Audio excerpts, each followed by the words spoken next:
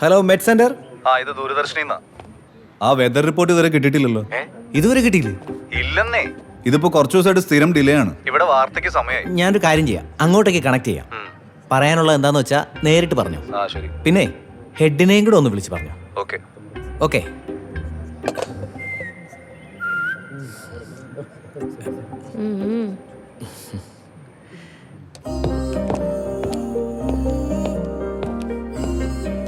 Sir. Ravi, report ready ആയില്ലേ? ദൂരദർശനിൽ ഇപ്പോൾ വിളിച്ചതേ ഉള്ളൂ. സാർ, ക്യുമുലസ് ക്ലൗഡിൻ്റെ റൈറ്റ് എഡ്ജിലുള്ള ആ ബ്ലാക്ക് സ്പോട്ട്, അപ്പോൾ അതിപ്പോൾ എന്തിലേക്കാണ് ലീഡ് ചെയ്യുന്നത് നമ്മൾ മനസ്സിലാക്കാതെ, ഒരു ക്ലാരിറ്റി വരുത്താതെ.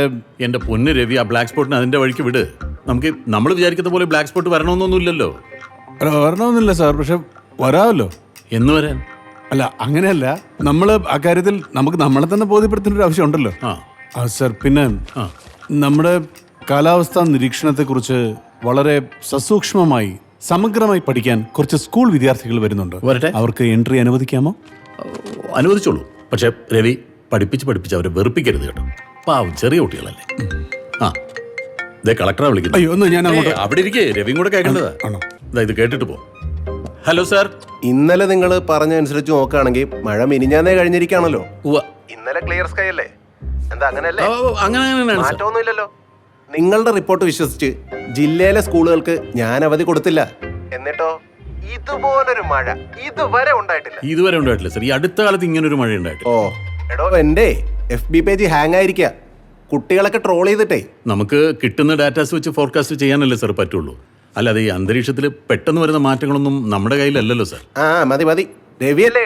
രവിയാണ് സാർ. അയാളോട് എന്നെ ഒന്ന് വിളിക്കാൻ പറയും. ഈ ഫ്ലഡ് സിറ്റുവേഷൻ എനിക്കൊന്ന് ഡിസ്കസ് ചെയ്യാനാ. ഞാൻ പറയാം സാർ. അയാൾ ചായ കുടിക്കാനോ മറ്റോ പുറത്തു പോയതാ. അയാൾ വരുമ്പോൾ ഞാൻ പറയാം.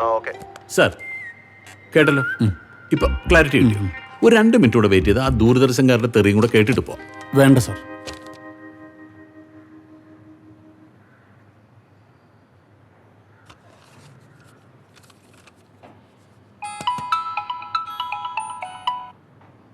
ഹലോ. അതെ, ഇന്ന് മഴ പെയ്യോ രവിയേട്ടാ? ഞാനിവിടെ 100 കാര്യങ്ങൾ. നീ വെച്ചിട്ട് പോയ. അങ്ങനെ ഫോൺ വെക്കാനൊന്നും പറ്റില്ല. ഈ ഫ്ലാറ്റിൽ ഒറ്റയ്ക്ക് അടച്ചു പൂട്ടിയിരുന്നിട്ടേ എന്റെ തല അതിലും ചൂട് പിടിച്ചിരിക്കും. ഞാൻ വിളിച്ചതേ ആ 2Cയിലെ ആൻസിയെ ഇന്ന് മുളക് കഴുകി. ആൻസിയുടെ മുളക് ഞാനും തമ്മിൽ എന്ത് വന്നു? അതെ, റൂഫ് ടോപ്പിലൊന്ന് ഉണക്കാൻ വെക്കാനായിരുന്നു. രവിയേട്ടനോട് ചോദിച്ചിട്ട് കൃത്യമായിട്ട് പറയാന്ന് ഞാൻ പറഞ്ഞു. എനിക്കൊരു ഗമയല്ലേ രവിയേട്ട, മഴ പെയ്യോ എന്ന്? ഇടിയും മിന്നലും ചേർന്നൊരു മഴ പെയ്യാനും പെയ്യാതിരിക്കാനും സാധ്യതയുണ്ട്.